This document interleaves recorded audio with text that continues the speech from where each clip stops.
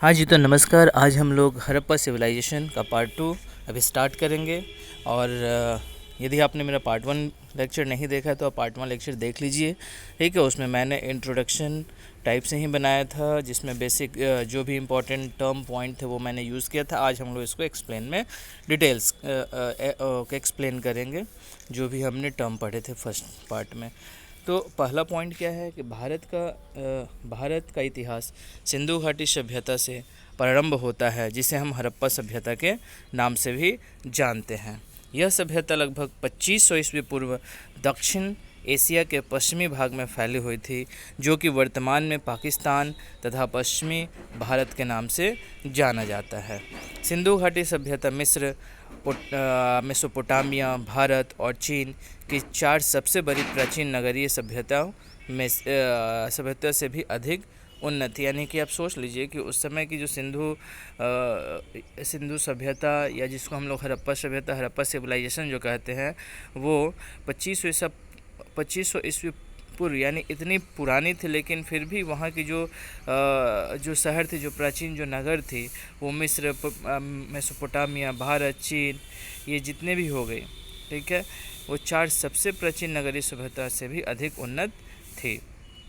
1920 में भारतीय पुरातत्व विभाग द्वारा किए गए सिंधु घाटी के उत्खनन के प्राप्त अवशेषों से हड़प्पा तथा मोहनजोदड़ो जैसे 2 प्राचीन नगरों की खोज हुई थी। तो ये आप याद रखिए कि 1920 में जो खुदाई हुई थी सिंधु घाटी का, ठीक है, उसके पश्चात हड़प्पा और मोहनजोदड़ो जैसे 2 प्राचीन नगरों की खोज हुई थी। भारतीय पुरातत्व विभाग के तत्कालीन डायरेक्टर जनरल जॉन मार्शल ने सन 1924 में सिंधु घाटी में एक नई सभ्यता की खोज की घोषणा की। तो ये नाम याद रखिएगा कि वो डायरेक्टर कौन थे भारतीय पुरातत्व विभाग के, जिन्होंने सिंधु घाटी या ये जो हड़प्पा सभ्यता था उसकी खोज की। तो उनका नाम था जनरल जॉन मार्शल। ये काफ़ी बार एग्ज़ाम में पूछ चुका है, तो आप इसको नोट भी कर सकते हैं। हड़प्पा सभ्यता के महत्वपूर्ण स्थल के बारे में हम देखेंगे। तो सबसे पहला स्थल क्या है? हड़प्पा। खोजकर्ता कौन है? दयाराम साहनी। ठीक है, दयाराम साहनी। अवस्थित कहाँ है हड़प्पा? पाकिस्तान के पंजाब प्रांत में मोंटगोमरी ज़िले में रावी नदी के तट पर स्थित है। अब यहाँ पे देखिए, यहाँ पे खोज क्या क्या हुआ है, क्योंकि एग्ज़ाम में पूछता है। तो इसमें पहला है मनुष्य के शरीर की बलुआ पत्थर की बनी मूर्तियाँ, अन्नागार और बैलगाड़ी। तो कभी कभी एग्ज़ाम में पूछ देता है कि जो बैलगाड़ी जो है वो किस स्थल से पाया जाता है, तो उसका आंसर क्या हो जाएगा? हड़प्पा। या जो अन्नागार है वो कहाँ पे पाया गया है, तो उसका नाम क्या हो जाएगा? हड़प्पा। ठीक है। या दयाराम साहनी ने किस किस चीज़ों की खोज की, तो वो हो जाएगा अन्नागार, बैलगाड़ी और मनुष्य के शरीर के बलुआ पत्थर की बनी मूर्तियाँ। या हड़प्पा कहाँ पे है या किस नदी के किनारे है, तो इसमें नदी हो जाएगा रावी तट, और फिलहाल यह पाकिस्तान के पंजाब प्रांत में मोंटगोमरी ज़िले में स्थित है। तो क्वेश्चन किधर से भी बन सकता है, इसलिए आप इस चीज़ को ध्यान से, और ये काफ़ी इंपॉर्टेंट पॉइंट हो जाता है। या आप 12th क्लास में है तो भी, या यदि आप किसी भी कंपटीशन की तैयारी करते हैं तो यही से क्वेश्चन जो है वो बनाई जाती है। चलिए, अब हम लोग दूसरा जो स्थान देखेंगे वो हो जाएगा मोहनजोदड़ो। तो मोहनजोदड़ो का मतलब ही होता है मृतकों का टीला। ठीक है, मुर्दों का टीला भी बोल सकते हैं आप। तो इसका जो खोज है वो किया था राखल दास बनर्जी ने 1922 में। फ़िलहाल ये भी पाकिस्तान के पंजाब प्रांत के लड़काना ज़िले में सिंधु नदी के तट पे है। तो ऊपर में आपने देखा कि हड़प्पा जो है वो रावी नदी के तट पे है, और मोहनजोदड़ो किस नदी के तट पे? सिंधु नदी के तट पर स्थित है। अब देखिए, इसमें मोहनजोदड़ो जो कि मृतकों का टीला कहा जाता है, वहाँ पे किस किस चीज़ों की खोज हुई। ये जो लास्ट वाला जो है ये हमारा महत्वपूर्ण खोज है। ठीक है, बीच वाला जो है कि फ़िलहाल अभी कहाँ पे स्थित है। ठीक है, और खोजकर्ता का नाम है, फिर स्थल है। तो आप याद रखिएगा, पहले स्थल है, फिर खोजकर्ता है, फिर उसके बाद थर्ड जो है वो अभी फ़िलहाल कहाँ पे अवस्थित है, और चौथा जो है महत्वपूर्ण खोजें वहाँ पे क्या क्या हुई। तो मोहनजोदड़ो में जो महत्वपूर्ण खोजें हुई वो हुई, पहला विशाल स्नानागार, अन्नागार, काश्य की नर्तकी की मूर्ति, पशुपति महादेव की मुहर, दाढ़ी वाले मनुष्य की पत्थर की मूर्ति, और बुने हुए कपड़े। तो ये इतने सारी चीज़ों की खोज जो हुई वो मोहनजोदड़ो में हुई। तो अब देखिए यहाँ पे क्या क्या है। विशाल स्नानागार, ठीक है, नहाने के लिए काफ़ी विशाल बनाया हुआ। अन्नागार सब मतलब अन्न को भी स्टोर करने के लिए का जगह मिला। काश्य की नर्तकी की मूर्ति की, यानी उस समय मतलब मनोरंजन का भी उस समय साधन था, ये आप बोल सकते हैं कि उस समय भी लोग डांस वांस इसमें काफ़ी रुचि रखते होंगे। पशुपति महादेव की मुहर, यानी कि पशुपति महादेव यानी कि उसमें भी पूजा या धर्म में भी आस्था थी। दाढ़ी वाले मनुष्य की पत्थर की मूर्ति और बुने हुए कपड़े। उसके बाद तीसरा है सुत्कानगेडोर, और इसकी खोज स्टीन ने किया था 1929 में। ये फ़िलहाल पाकिस्तान के दक्षिण पश्चिम राज्य बलूचिस्तान में दासत नदी के किनारे पर स्थित है। तो ये नदी का नाम आप ज़रूर याद रखें कि कौन से किस नदी के। ऐसे फ़िलहाल जो फर्स्ट और सेकंड तो काफ़ी इंपॉर्टेंट था, काफ़ी एग्जाम में पूछा भी है कि हड़प्पा किस नदी के किनारे है, रावी, और मोहनजोदड़ो किस नदी के किनारे पे है। तो सिंधु या मोहनजोदड़ो को और किस नाम से जानते हैं, ये भी क्वेश्चन कई बार पूछा हुआ है कि ये मृतकों का टीला। ठीक है, तो ये जो है यहाँ पे खोज क्या क्या होता है। हड़प्पा और बेबीलोन के बीच व्यापार का केंद्र बिंदु था सुत्कानगेडोर, जिसका खोज स्टीन ने किया था। इसके बाद है चनहुद्रो। ठीक है, इसका खोज NG मजुमदार 1931 में किया था, और ये जो है सिंधु नदी के तट पर सिंध प्रांत में है। अब यहाँ पे क्या खोज हुआ था, तो मनके बनाने की दुकानें, बिल्ली का पीछा करते हुए कुत्ते का पदचिन्ह, बिल्ली का पीछा करते हो, जो आज भी आप देखते होंगे कि जैसे ही बिल्ली को देखता है कुत्ता तो उसको दौड़ाना स्टार्ट कर देता है। ठीक है, तो ऐसा पहले भी था। आमरी जो है इसका खोज भी NG मजुमदार ने 1935 में किया था, और ये भी सिंधु नदी के तट पे है, और इसमें हिरन का साक्ष्य मिला था, यानी कि उस समय हिरन भी थे यहाँ पे, इसका भी साक्ष्य मिला। ओके, उसके बाद है कालीबंगन। तो ये सब इम्पोर्टेंट है, कालीबंगन हो गया, हड़प्पा हो गया, ठीक है, मोहनजोदड़ो हो गया। कालीबंगन का जो खोज है वो घोष ने किया था 1953 में, और ये राजस्थान में घग्गर नदी के किनारे पे स्थित है। और यहाँ पे क्या क्या खोजा गया, तो अग्निवेदिकाएँ, ऊँट की हड्डियाँ और लकड़ी का हल। तो लकड़ी का हल से ये मालूम चल गया कि कालीबंगन से कि उस समय सिंधु सभ्यता में खेती भी होती थी, और ऐसे तो अन्नागार भी था, तो उसका भी मतलब यही हुआ कि खेती होती थी, तब तो अन्न को इकट्ठा करने के लिए जगह बनाया गया था। काफ़ी वेल डेवलप थी जो सोसाइटी थी या जो सिविलाइजेशन था, इंडस सिविलाइजेशन। ओके, तो हड़प्पा सिविलाइजेशन भी बोलते हैं इसको इंडस सिविलाइजेशन भी बोलते हैं। चलिए, इसके बाद है लोथल। तो लोथल का जो खोज है वो R राव ने 1953 में किया था, और ये गुजरात के कैम्बे की करी के नज़दीक भोगवा नदी के किनारे पर स्थित है। ठीक है, अब यहाँ पे लोथल में क्या क्या चीज़ें मिली, तो पहला था मानव निर्मित बंदरगाह, फिर था गोदीवाड़ा, फिर चावल की भूसी, अग्निवेदिकाएँ और शतरंज का खेल। ठीक है, तो अग्निवेदिकाएँ से भी मालूम चलता है कि उस समय भी पूजा पाठ भी काफ़ी होता था, और शतरंज का खेल, यानी कि जो जितने भी चीज़ें आज हम यूज़ करते हैं वो आज से 2500 ईसा पूर्व हड़प्पा सिविलाइजेशन में भी इस्तेमाल होता था। उस समय भी बंदरगाह था, वो भी मानव निर्मित बंदरगाह उस समय भी था। उसके बाद है सुरकोतदा। ठीक है, सुरकोतदा ये JP जोशी ने 1964 में इसकी खोज की थी, और ये जो है सुरकोतदा ये गुजरात में स्थित है, और यहाँ से घोड़ों की हड्डियाँ और मनके भी मिले हैं। तो घोड़ों की हड्डियाँ मिलने से ये मालूम चलता है कि उस समय भी हम लोग घोड़े का इस्तेमाल, मतलब हड़प्पा सिविलाइजेशन के लोग जो हैं वो घोड़े का इस्तेमाल करते होंगे। ठीक है, इसके बाद है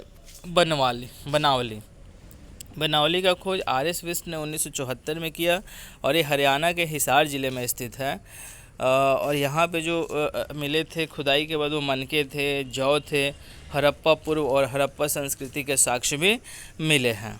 इसके बाद है धौलावीरा RS विस्ट ने 1985 में इसकी भी खोज की थी, और ये गुजरात के कच्छ के रण में स्थित है। जल निकासी प्रबंधन और जल कुंड वहाँ पे पाया गया। तो आपने देखा होगा कि हम लोग पाकिस्तान के प्रांत से लेकर भारत में भी राजस्थान या सिंधु नदी का घाट हो गया, गुजरात हो गया, राजस्थान हो गया, हरियाणा हो गया, तो इतने बड़े इलाके में सिंधु सभ्यता जो थी वो फैली हुई थी। ठीक है, और मैं आपको बता दूं कि इसमें से जो 2-3 जो है काफ़ी इंपॉर्टेंट है, ये हमेशा एग्ज़ाम में पूछे गए हैं। ऐसे तो सबके सब इम्पॉर्टेंट है, जैसे आपका हड़प्पा हो गया, तो आप याद रखें कि जो हड़प्पा जो है इसकी खोजकर्ता कौन थे, दयाराम साहनी, और ये अभी रावी नदी के तट पे है, और इसमें मनुष्य के शरीर में बलुआ पत्थर की बनी मूर्ति, अन्नगार, बैलगाड़ी, ये सब के साक्ष्य मिले हैं। उसके इसके बाद है मोहनजोदड़ो, जिसको हम लोग मृतकों का टीला कहते हैं। इसका राखल दास बनर्जी ने 1922 में इसका खोज किया था। और यहाँ पे विशाल स्नानगर, अन्नागर, काश्यप की नृत्य की मूर्ति, तो ये सब जो भी है ये सब वहाँ पे पाएगा। और ये सिंधु नदी के तट पर स्थित है। ओके, इसके बाद आप ये कालीबंगन को भी ज़रूर याद रखें, जिसका खोज घोष ने 1953 में किया था। और ये राजस्थान में घग्गर नदी के किनारे है। यहाँ पे ऊँट की हड्डी, लकड़ी का हल मिला है। लोथल आर राव 1953 में खोज किया। गुजरात में कैम्बे की करी के नज़दीक भोगवा नदी के किनारे है। और यहाँ पे चावल की भूसी, शतरंज का खेल, तो ये सब चीज़। मानव निर्मित बंदरगाह, ये बार बार पूछता है, मानव निर्मित बंदरगाह का जो साक्ष्य है वो कहाँ पे मिला था, वो लोथल में। और लोथल किस नदी के किनारे है, ये भोगवा नदी के किनारे पर स्थित है। सुरकोतदा जेपी जोशी ने 1964 में खोज की, और ये गुजरात में है। और यहाँ से घोड़े की हड्डियाँ मिली, तो एक दो बार पूछा गया है क्वेश्चन कि घोड़े की हड्डी का साक्ष्य कहाँ से मिला, तो उसका उत्तर हो जाएगा सुरकोतदा। बनवाली हो गया। धौलावीरी भी पूछा जाता है कि जल निकासी का प्रबंधन या जल कुंड कहाँ पे पाया गया, तो उसका उत्तर हो जाएगा धौलावीरा। ठीक है, RS विस्ट 1985 में इसका खोज किया था। और ये गुजरात के कक्षकरण में स्थित है। तो चलिए, इसके बाद हम लोग देखते हैं सिंधु घाटी सभ्यता के चरण, या इसी को हम लोग हड़प्पा सिविलाइजेशन भी बोलते हैं। ठीक है, या हड़प्पा सभ्यता इसको भी बोलते हैं। तो सिंधु घाटी सभ्यता के 3 चरण हैं। पहला, प्रारंभिक हड़प्पाई सभ्यता, जिसका जो काल है वो 3300 ईसा पूर्व से लेकर 2600 ईसा पूर्व तक माना गया है। उसके बाद है परिपक्व हड़प्पा सभ्यता, जिसको 2600 ईसा पूर्व से 1900 ईसा पूर्व तक माना गया है।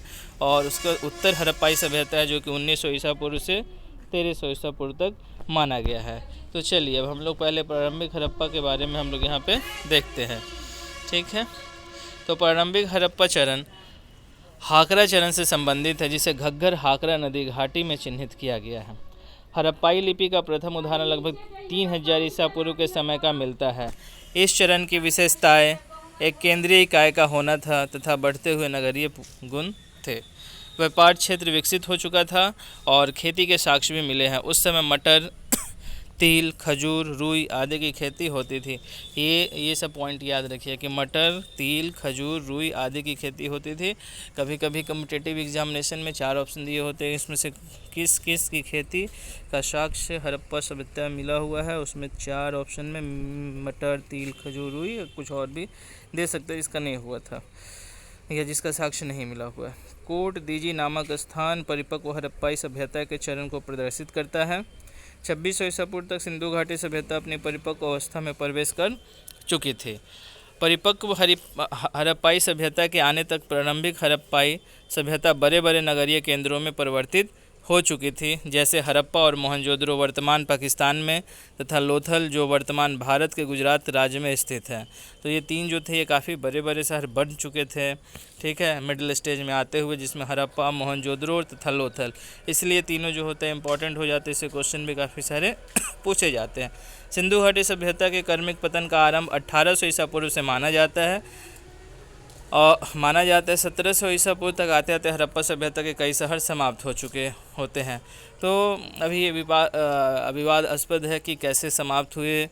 ठीक है, कुछ लोग बोलते हैं कि बाढ़ के कारण धीरे धीरे ख़त्म होते गए।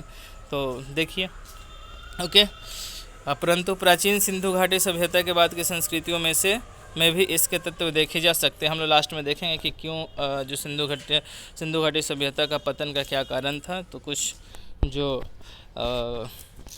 कारण है उसके बारे में हम लोग लास्ट में डिस्कस करेंगे। कुछ पुरातात्विक आंकड़े के अनुसार उत्तर हड़प्पा काल का अंतिम समय 1000 ईसा पूर्व से 9000 ईसा पूर्व तक बताया गया है। इसके बाद है नगरीय योजना और विन्यास। हड़प्पा सभ्यता अपनी नगरीय योजना प्रणाली के लिए जानी जाती है। तो आप भी जानते होंगे कि ये जो नगरीय योजना प्रणाली थी ये काफ़ी उच्च स्तर की थी, और इसीलिए ये जानी जाती है कि उस समय जो भी या सिविल इंजीनियर होंगे या जो भी डिज़ाइनर होंगे वो काफ़ी ही उच्च गुण वाले होंगे। तभी आज से लगभग 2600 ईसा पूर्व भी ये सब चीज़ें काफ़ी वेल डेवलप थी हड़प्पा सभ्यता या सिंधु सभ्यता में। मोहनजोदड़ो और हड़प्पा के नगरों में अपने अपने दुर्ग थे, जो नगर से कुछ ऊंचाई पर स्थित होते थे, जिसमें अनुमानतः उच्च वर्ग के लोग निवास करते थे। दुर्ग से नीचे सामान्यतः ईंटों से निर्मित नगर होते थे जिनमें सामान्य लोग निवास करते थे। हड़प्पा सभ्यता की एक ध्यान देने योग्य बात यह भी है कि इस सभ्यता में ग्रिड प्रणाली मौजूद थी, जिसके अंतर्गत सड़कों एक दूसरे को समकोण पर काटती थी। ये क्वेश्चन पूछता है, ठीक है, कि हड़प्पा सभ्यता में जो सड़कें थी वो एक दूसरे को समकोण पर काटती थी और एक ग्रिड प्रणाली तो ग्रिड प्रणाली में यही होता है कि मतलब एक दूसरे को जो रेखाएं जो होती है वो समकोण पर काटती है। क्योंकि अन्न भंडार का निर्माण हड़प्पा सभ्यता के नगरों की प्रमुख विशेषता थी, यानी स्टोर भी करके उस समय रखा जाता था। उसके बाद है जली हुई ईंटों का प्रयोग हड़प्पा सभ्यता की प्रमुख विशेषता थी, क्योंकि समकालीन मिस्र में मकानों के निर्माण के लिए शुष्क ईंटों का प्रयोग होता था, लेकिन हड़प्पा सभ्यता में जले हुए यानी कि पके ईंटे का पके ईंटे का उस समय के लोग प्रयोग करते थे। हड़प्पा सभ्यता में जल निकासी प्रणाली बहुत प्रभावी थी।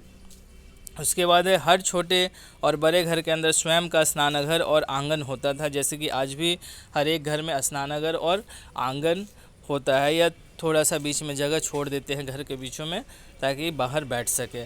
कालीबंगा के बहुत से घरों में कुएं नहीं पाए जाते थे। कुछ स्थान जैसे लोथल और धौलावीरी में संपूर्ण विन्यास मजबूत और नगर दीवारों द्वारा भागों में विभाजित थे। तो ये हो गया कुछ इम्पोर्टेंट पॉइंट। अब है कृषि। हड़प्पा गांव मुख्यतः प्लावन मैदान के पास स्थित थे जो पर्याप्त मात्रा में अनाज का उत्पादन करते थे। गेहूं, जौ, सरसों, तिल, मसूर आदि का उत्पादन होता था। गुजरात के कुछ स्थानों से बाजरा उत्पादन के संकेत भी मिले हैं, जबकि यहाँ चावल के प्रयोग के संकेत तुलनात्मक रूप से बहुत ही दुर्लभ मिलते हैं। सिंधु सभ्यता के मनुष्यों ने सर्वप्रथम कपास की खेती प्रारंभ की थी। बस इसको नोट डाउन कर लीजिए कि सिंधु सभ्यता के मनुष्य ने सर्वप्रथम किस चीज़ की खेती की शुरुआत की थी, तो उत्तर हो जाएगा कपास, यानी कॉटन इंग्लिश में बोलते हैं इसको। वास्तविक कृषि परंपराओं को पुनः निर्मित करना कठिन होता है, क्योंकि कृषि की प्रधानता का मापन इसके अनाज उत्पादन क्षमता के आधार पर किया जाता है। मुहरों और टेराकोटा की मूर्तियाँ पर सांड के चित्र मिले हैं तथा पुरातात्विक खुदाई से बैलों से जुते हुए खेत के साक्ष्य भी मिले हैं। ये मैंने कल भी आपको बताया था कि टेराकोटा की मूर्तियाँ या मूर्तियाँ पर सांड के चित्र और बैलगाड़ी भी टेराकोटा के खुदाई में मिले हुए हैं। हड़प्पा सभ्यता के अधिकतम स्थान अर्ध शुष्क क्षेत्रों में मिले हैं, जहाँ खेती के लिए सिंचाई की आवश्यकता होती है। नहरों के अवशेष हड़प्पाई स्थल सुर्तगई अफ़गानिस्तान में पाए गए हैं, लेकिन पंजाब और सिंध में नहीं। तो इसका मतलब ये हुआ कि उस साइड में पानी नहीं होगा तो वहाँ पे नहर बनाया गया है ताकि सिंचाई हो सके, लेकिन पंजाब और सिंध में नदी थी तो वहाँ पे इसकी ज़रूरत नहीं थी। हड़प्पाई लोग कृषि के साथ साथ बड़े पैमाने पर पशुपालन भी करते थे। घोड़ों के साक्ष्य सूक्ष्म रूप में मोहनजोदड़ो और लोथल की एक संशययुक्त टेराकोटा की मूर्ति से मिले। हड़प्पाई संस्कृति किसी भी स्थिति में अब अश्व केंद्रित नहीं थी, लेकिन एक जगह मिली थी जो मैंने आपको बताया था, उसको जगह को याद रखिए। इसके बाद है अर्थव्यवस्था। अनगिनत संख्या में मिले मोहरे, एक समान लिपि, वजन और मापन की विधियों से सिंधु घाटी सभ्यता के लोगों के जीवन में व्यापार के महत्व के बारे में पता चलता है। हड़प्पाई लोग पत्थर, धातुओं, सीप या शंख का व्यापार करते थे। धातु मुद्रा का प्रयोग नहीं होता था। व्यापार की वस्तु विनिमय प्रणाली मौजूद थी। अरब सागर के तट पर उनके पास कुशल नौवहन प्रणाली भी मौजूद थी। उन्होंने उत्तरी अफ़गानिस्तान में अपनी व्यापारिक बस्तियां स्थापित की थी, जहां से प्रामाणिक रूप से मध्य एशिया से सुगम व्यापार होता था। दजला फरात नदियों की भूमि वाले क्षेत्र से हड़प्पा वासियों के वाणिज्य के संबंध थे। तो याद रखिएगा दजला फरात। तो ये जो मैं पॉइंट जो मैं बोल दे रहा हूँ इसको नोट कीजिए, काफ़ी इंपॉर्टेंट है और मैं इसलिए बोल रहा हूँ क्योंकि ये जो पॉइंट है कई बार एग्जाम में पूछे जा चुके हैं। तो दजला फरात नदियों के भूमि वाले क्षेत्र से हड़प्पा वासियों के वाणिज्य के संबंध थे। हड़प्पाई प्राचीन लैपिस लाजुली मार्ग से व्यापार करते थे, जो संभवतः उच्च लोगों की सामाजिक पृष्ठभूमि से संबंधित था। इसके बाद शिल्प कला के बारे में हम लोग थोड़ा देख लेते हैं। तो हड़प्पाई कांस्य की मूर्ति निर्मित करने की विधि, उसके उपयोग से भली भांति परिचित थे। तांबा राजस्थान की खेतरी खान से प्राप्त किया जाता था और टीन अनुमानतः अफगानिस्तान से लाया जाता था। बुनाई उद्योग में प्रयोग किए जाने वाले ठप्पे बहुत सी वस्तुओं पर पाए गए हैं। ठीक है। बड़ी बड़ी ईंट निर्मित संरचनाओं से राजगिरी जैसे महत्वपूर्ण शिल्प के साथ साथ राजमिस्त्री वर्ग के अस्तित्व का पता चलता है कि कितने मतलब उच्च स्तर के हुए होंगे उस समय। हड़प्पाई नाव बनाने की विधि, मनका बनाने की विधि, मुहरे बनाने की विधि से भली भांति परिचित थे। टेराकोटा की मूर्तियां का निर्माण हड़प्पा सभ्यता की महत्वपूर्ण शिल्प विशेषता थी। जौहरी वर्ग सोना, चांदी और कीमती पत्थरों से आभूषण का निर्माण करते थे। मिट्टी के बर्तन बनाने की विधि पूर्णतः प्रचलन में थी। हड़प्पा वासियों की स्वयं की विशेष बर्तन बनाने की विधियाँ थी। हड़प्पाई लोग चमकदार बर्तनों का निर्माण करते थे, और मैंने कल बताया भी था कि वो चमकदार मिट्टी का इस्तेमाल करते थे बर्तन को बनाने में। संस्थाएं। सिंधु घाटी सभ्यता से बहुत कम मात्रा में लिखित साक्ष्य मिले हैं, जिन्हें अभी भी पुरातत्वविदों तथा शोधार्थियों द्वारा पढ़ा नहीं जा सका है। मैंने बताया था अपने फर्स्ट लेक्चर में कि अभी तक नहीं मालूम चल सका है कि वो किस भाषा का प्रयोग करते थे या उनकी जो लिपि थी वो कैसे थे। एक परिणाम के अनुसार सिंधु घाटी सभ्यता में राज्य और सभ्यता और संस्कृत और संस्थाओं की प्रकृति समझने में काफ़ी कठिनाई का कार्य है। हड़प्पा स्थलों पर किसी मंदिर के प्रमाण नहीं मिले हैं, अतः हड़प्पा सभ्यता में पुजारियों के प्रभुत्व या विद्यमानता को नकारा जा सकता है। तो मंदिर नहीं है, यदि पूजा भी होता होगा जैसे कि अग्निकुंड वगैरह ऐसा मिला हुआ है तो लोग अपने घर पे इस्तेमाल करते होंगे, लेकिन मंदिर नहीं है इसका मतलब कि पुजारियों का भी अस्तित्व नहीं है। हड़प्पा सभ्यता अनुमानतः व्यापारी वर्ग द्वारा शासित थी। अगर हम हड़प्पा सभ्यता में शक्तियों के केंद्रण की बात करें तो पुरातत्वीय अभिलेखों द्वारा कोई ठोस जानकारी नहीं मिलती है। कुछ पुरातत्वविदों की राय में हड़प्पा सभ्यता में कोई शासक वर्ग नहीं था तथा समाज के हर व्यक्ति को समान दर्जा प्राप्त था, और शायद इसीलिए सबसे खुशहाल भी सभ्यता माना जाता है, और कोई उस समय वाद विवाद भी नहीं मिलता है, ना ही युद्ध वगैरह मिलता है। कुछ पुरातत्वविदों की राय में हड़प्पा सभ्यता में कई शासक वर्ग मौजूद थे जो विभिन्न हड़प्पाई शहरों में शासन करते थे। तो अपनी अपनी रिसर्च है, सोच है। धर्म। टेराकोटा की लघु मूर्तियां पर एक महिला का चित्र पाया गया है। इनमें से एक लघु मूर्ति में महिला के गर्भ से उगते हुए पौधे को दर्शाया गया है।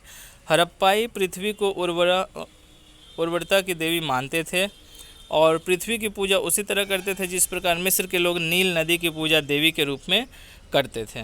पुरुष देवता के रूप में मोहरों पर 3 रिंगित चित्र पाए गए हैं जो कि योगी की मुद्रा में बैठे हुए हैं। देवता के एक तरफ हाथी, एक तरफ बाघ और एक तरफ गैंडा तथा उसके सिंहासन के पीछे भैंसा का चित्र बनाया गया है। कई बार एग्ज़ाम में पूछा गया है कि ये जो सिंहासन में कौन कौन से जानवर हैं। अब भैंसा पूछा गया है बार बार, तो आप यदि चित्र वगैरह देखेंगे तो उसमें भैंसा आपको दिखाई नहीं देता है, ठीक है, इसलिए बार बार पूछा था कि अब भैंसा उसका पार्ट है या इन चारों को ऑप्शन में दे देगा और 5वां ऑप्शन दे देगा क्या इनमें से सभी है या इनमें से कौन सा नहीं है। तो आपको लगे भैंसा नहीं, तो अब याद रखिएगा कि ये जो सिंहासन के चारों तरफ जानवर है, एक तरफ हाथी है, बाघ है, गैंडा है और पीछे साइड में भैंसा है। उनके पैरों के पास 2 हिरने के चित्र हैं, यानी हिरन भी है। चित्रित भगवान की मूर्ति को पशुपतिनाथ महादेव की संज्ञा दी गई है। अनेक पत्थरों पर लिंग तथा स्त्री जनन अंगों के चित्र पाए गए हैं। सिंधु घाटी सभ्यता के लोग वृक्षों तथा पशुओं की पूजा किया करते थे। सिंधु घाटी सभ्यता में सबसे महत्वपूर्ण पशु एक सींग वाला गैंडा तथा दूसरा महत्वपूर्ण पशु कुबर वाला सांड था। ठीक है, एक सींग वाला गैंडा और कुबर वाला सांड आपने मूवी में भी देखा होगा, जो मोहनजोदड़ो जो मूवी आई थी ऋतिक रोशन के, उसमें भी ये सब चीज़ को थोड़ी बहुत दिखाई गई है। अत्यधिक मात्रा में ताबीज़ भी प्राप्त किए गए हैं, तो इसकी भी हुई होगी, ताबीज़ वगैरह भी पहनने का शौक़ रहा होगा। सिंधु घाटी सभ्यता का लगभग 1800 ईसा पूर्व में पतन हो गया, परंतु उसके पतन के कारण अभी भी विवादित है, जो मैंने आपको बोला था। एक सिद्धांत यह कहता है कि इंडो यूरोपियन जनजातियों जैसे आर्यों ने सिंधु घाटी सभ्यता पर आक्रमण कर दिया तथा उसे हटा दिया। सिंधु घाटी सभ्यता के बाद संस्कृतियों में ऐसे कई तत्व पाए गए जिनसे यह सिद्ध होता है कि यह सभ्यता आक्रमण के कारण एकदम विलुप्त नहीं हुई थी। दूसरी तरफ से बहुत से पुरातत्वविद सिंधु घाटी सभ्यता के पतन का कारण प्राकृतिक जन्य मानते हैं। प्राकृतिक कारण भूगर्भीय और जलवायु संबंधी हो सकते हैं। यह भी कहा जाता है कि सिंधु घाटी सभ्यता के क्षेत्र में अत्यधिक विवितरणिकी विक्षेपों की उत्पत्ति हुई, जिसके कारण अत्यधिक मात्रा में भूकंपों की उत्पत्ति हुई। तो अपनी अपनी राय है। एक प्राकृतिक कारण वर्षण प्रतिमान का बदलाव भी हो सकता है। एक अन्य कारण यह भी हो सकता है कि नदियों द्वारा अपना मार्ग बदलने के कारण खाद्य उत्पादन क्षेत्रों में बढ़ाई गई हो। इन प्राकृतिक आपदाओं को सिंधु घाटी सभ्यता के पतन का मंद गति से हुआ, परंतु निश्चित कारण माना गया है। तो ये हमारा आज हड़प्पा सिविलाइजेशन या इंडस सिविलाइजेशन का जो इम्पोर्टेंट जितने भी पॉइंट थे आज मैंने इसको कवर कर लिया। अब हम एक और लास्ट लेक्चर बनाएंगे जिसमें हम लोग जो इम्पोर्टेंट जो क्वेश्चन है कॉम्पिटिटिव एग्जामिनेशन के लिए उसके बारे में हम लोग डिस्कस करेंगे। तो आप इसको वीडियो को 1-2 बार देखिए, ठीक है। और यदि आपको कोई भी डाउट हो, कोई दिक्कत हो तो आप मुझे कमेंट में मैसेज डालिए, मैं आपके डाउट को क्लियर कराऊंगा। या कोई भी आपको शब्द इसमें समझ में नहीं आ रहा तो आप ज़रूर कमेंट करें, ठीक है। 1-2 बार वीडियो देखें, जो भी इंपॉर्टेंट पॉइंट मैंने बोले आप उसको नोट करें, ठीक है। क्योंकि हमारा जो क्वेश्चन का जो अभी जो क्वेश्चन का एक जो मैं वीडियो डालूँगा वो लगभग उसी पे बेस्ड होगा। तो पढ़ते रहिए। थैंक यू, धन्यवाद।